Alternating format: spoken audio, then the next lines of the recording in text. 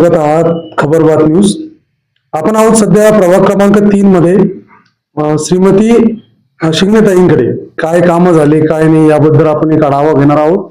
आपल्यासोबत आहेत त्यांचे धीर गोकुळ भाऊ शिंगणे, जे एक सामाजिक कार्यामध्ये अग्रेसर असतात नेहमी. जाणून घेऊ त्यांनी मागील काळामध्ये काय या प्रभागामध्ये विकास केला त्याबद्दल. सर, मी सर्वात प्रथम आपल्या चॅनलला नमस्कार. माझंही पहिलंच तुमच्या चॅनलला म्हणजे मुलाखत आहे. मी सर्वात प्रथम एक सांगतो की आमच्या घरामध्ये राजकारण हे सुरुवातीला काँग्रेस पक्षानेच आम्हाला उमेदवारी देऊन सुरुवात केलेली आहे.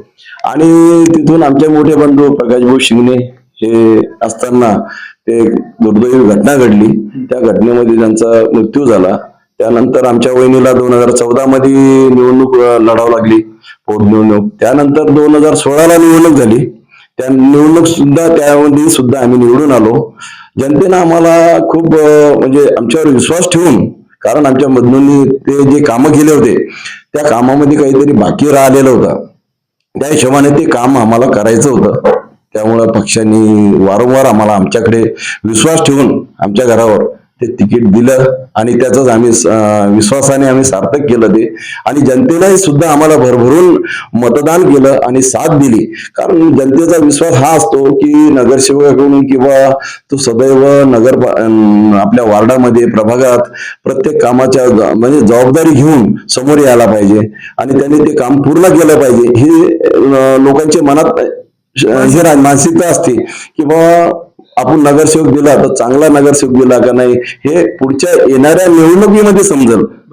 आपण त्याची पावती केव्हा घेऊ की ज्यावेळेस तो 5 वर्षात पूर्ण कार्य चांगलं करेल त्यावेळेस. आता ही तिसरी टर्म आहे का? हा, ही तिसरी टर्म आहे सर आमची.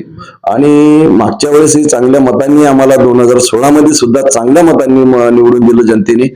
आणि त्याचं मी 5 वर्षामध्ये चांगलं कार्य केलं. मागच्या ह्याच्यात आम्ही बायती जिनिंगच्या जवळचा एक नाला मोठा घेतला, अंडरग्राऊंड नाला गेला मातंगपुऱ्यामधला. तिथे एक पूल होता, त्या पुलाचं पाणी पूर्ण आमच्या रोहिदास नगरच्या एरियामध्ये घुसत होतं.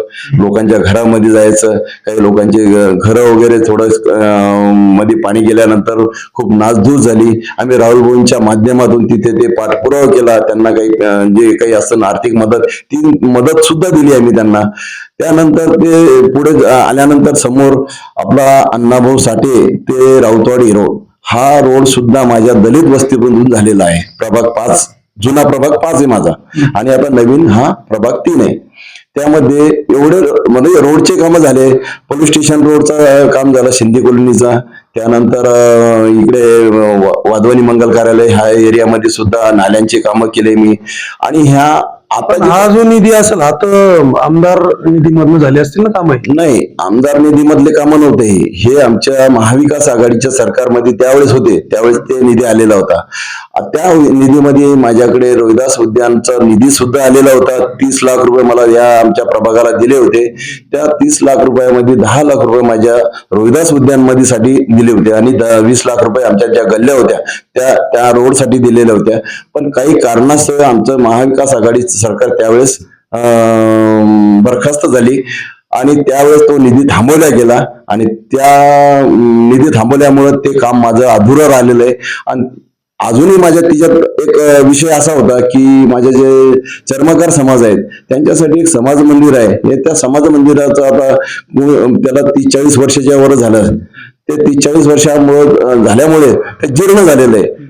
आमचा प्रस्ताव होता की बाबा ते पाडून आम्हाला नवीन समाज मंदिर बनवून घ्यायचं आहे. तिथं नवीन माझं ते प्रस्तावित कामामध्ये दिलेलं आहे मी आणि ते मंजूर सुद्धा झालेलं आहे मागे. तर ते मी काम करणार. ते माझ्याकडे ते समाजाचा गुण आहे, मी ते काम करणार. आणि खैरेशबाबा दर्गाच्या परिसरामध्ये सुद्धा मी खूप मोठे कामं केलेले आहेत. दादा असताना सुद्धा केले. मागच्या पंचवार्षिक मध्ये सुद्धा मी जास्तीत जास्त काम. आम्ही प्रचाराला आता काल आमच्या प्रचार कार्यालयाचा शुभारंभ झाला. आमचे जे नगराध्यक्ष पदासाठी आमचे देव माणूस म्हणून आम्ही त्यांना संबोधतो, म्हणजे असे आमचे काशीनाथ आप्पा बोंद्रे यांना आम्ही नगराध्यक्ष पदासाठी आम्ही उमेदवार जाहीर आमच्या पक्षाने केलेला आहे. त्याचं उद्घाटन काल शुभारंभ झाला. त्याच दरम्यान नंतर आम्ही प्रचाराची सुरुवात करून दिली. आम्ही वार्डामध्ये सुद्धा, प्रभागात सुद्धा आम्ही चांगल्या जोराने प्रचार डोर टू डोर फिरतोय. तसं आज म्हणजे आम्ही फक्त स्वतः सगळ्यांच्या गाठीभेटी घेता आहात. गाठीभेटी चालू आहे.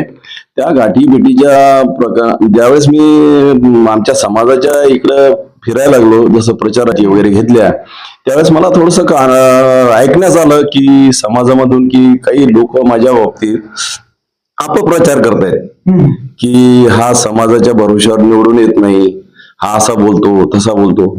मी तर कधी समाजाच्या सत्य परिस्थिती काय आहे मग? सत्य परिस्थिती आहे की मी कधीही कोणत्या गोष्टीचा असा उल्लेख केलेला नाहीये आणि मी समाजापेक्षा काही मोठा नाहीये, समाज माझ्यापेक्षा मोठा आहे.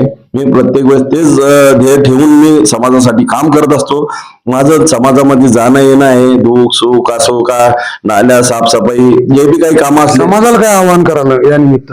माझं समाजाला एकच आव्हान आहे की कोणीही काही माझ्या बाबतीत काही अफवा पसरवत असतील तर त्या अफवेसाठी समाजाने त्याच्याकडे दुर्लक्ष करावं आणि माझ्यासोबत एकनिष्ठेने सोबत राहावं. जसं मी पक्षासोबत एकनिष्ठेने सोबत आहे, त्या हिशोबाने मला समाजाने साथ द्यावी आणि आदर समाज सुद्धा माझ्यासोबत आहे. आणि असं एकंदरीत प्रभागाचा संपूर्ण विकास करायचं यांचं मानस आहे. तरी जनता जनार्दन यांना कितपत आशीर्वाद देणार आणि परत नगरपालिकेमध्ये पाठवून विकासाला चालना देणार हे येणारा काळ आपल्याला सांगेलच. तुर्तास थांबतो. नितीन फुलझाडे, खबर बातमीस.